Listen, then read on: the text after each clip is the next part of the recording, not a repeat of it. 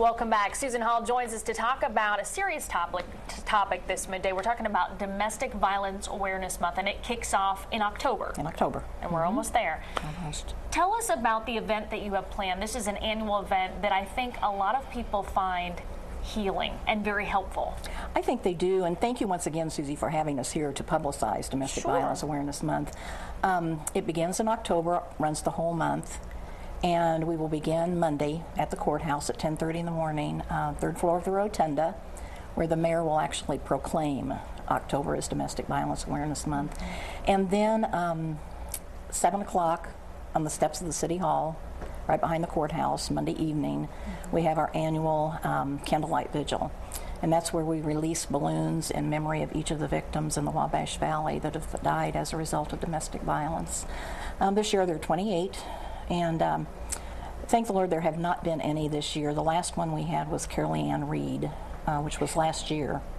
And we have not had any DV deaths since then. So we actually remember their lives, and we remember the lives of all the victims of domestic violence. That has to be so emotional. It really is. You know, it's a very stressful situation, but this is a relief for people to come together and show not only their emotion, but show their support for the people who actually work with DV, for those victims who are actually in domestic violence relationships right now. So it is a healing. You know, you hit the nail on the head when you said it's a healing time. Well, and just because we haven't had a death this year doesn't mean that domestic violence isn't happening. No. And I know there are a lot of people that are afraid to come forward to get help.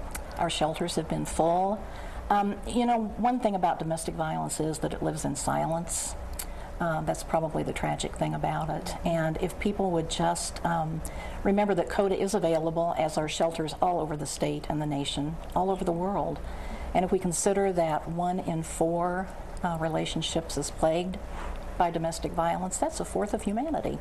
That's astronomical. 1 in 4. 1 in 4. So the first step, if you're watching us right now and you're dealing with this personally, you need to make that phone call.